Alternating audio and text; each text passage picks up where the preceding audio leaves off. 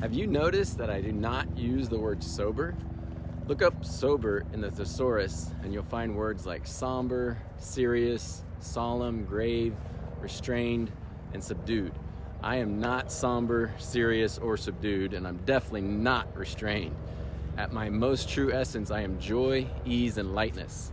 That's why I don't say that I or others who don't drink alcohol are sober. I say that we are alcohol-free. Hey everyone, it's Dustin, alcohol-free guru, coming at you from gorgeous Queenstown, New Zealand. Feels like Christmas here, as it's their winter, but our summer, so I feel like telling a Christmas story to you today. But first, if you want to learn to control alcohol, get free tips from me and coaching from me and other awesome coaches from around the world on how to live an incredible life while being alcohol-free. And be sure to start now by subscribing and clicking the bell so you don't miss a thing, and join in on live Zoom group coaching calls at wearetheafr.org. That's wearetheafr.org. To find out whether my program is right for you or not, check the description below. Please ask any questions you have in the comments so I can answer them on a future episode. We are with you. You will never walk alone. So just doing a little walk here, showing you guys some beautiful scenery as I do it.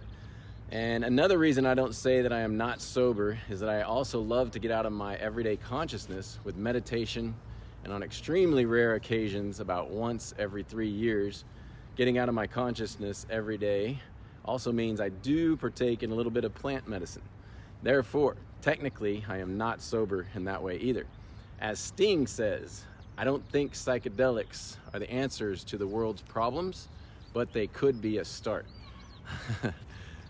A serious disclaimer here. I do not condone or believe that any kind of recreational partying, use of psychedelics, is healthy at all.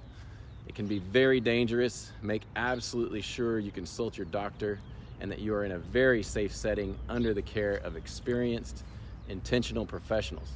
If you ever do any psychedelics, make sure you're under the care of a doctor.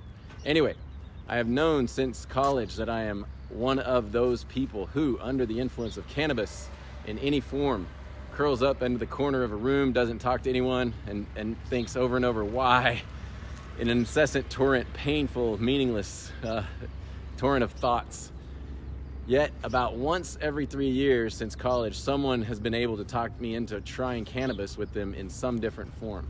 Each time their sales pitch has something to do with how it's fun, different, some kind of crystal, wax, tincture, hybrid, purple strain, or whatever. It sounds great each time, and I get peer pressured into trying it. 90% of the time, it's not all enjoyable for me at all. But just 3 years ago, Christmas Eve, I was talked into trying gummies by my brother-in-law. Actually, it was about 4 years ago now. I told him that I only wanted a tiny bit, and he said his gummies were not strong at all, so I should take 2 for them to have any effect. So then flash forward to an hour later, and I was stoned reading "'Twas the Night Before Christmas" to my 3-year-old, 4-year-old girls. While all the other adults were downstairs, the 3 of us ended up having a 1-hour, full-fledged, intense conversation about life. What came out of this conversation was that those little stinkers, like angel girls, right, knew exactly what they were doing, and until that point, I was treating them like kids. So it took me getting out of that consciousness to see them and really be able to listen to them and fully realize their new level of consciousness. Now, mind you, life that night for the girls meant only one thing, which was Santa Claus. They asked me if I really believed in Santa Claus, and I said, of course I believe in Santa. All I know is that I have always believed in everything about Santa, and every year I receive presents on Christmas. And then I said, you know how Santa Claus is magic and only seems to have a human body, but can slide down any chimney on Earth and not get hurt?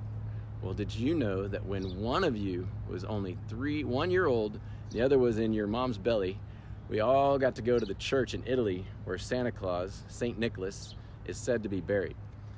And now he lives forever now by the power of our hearts and minds.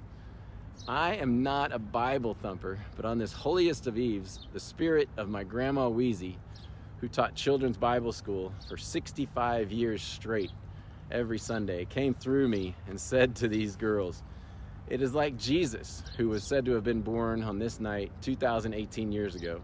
No one has ever found his bones, but we know for sure that he was walking on this earth with us for many years. He invited us to love God above all else and love one another as ourselves.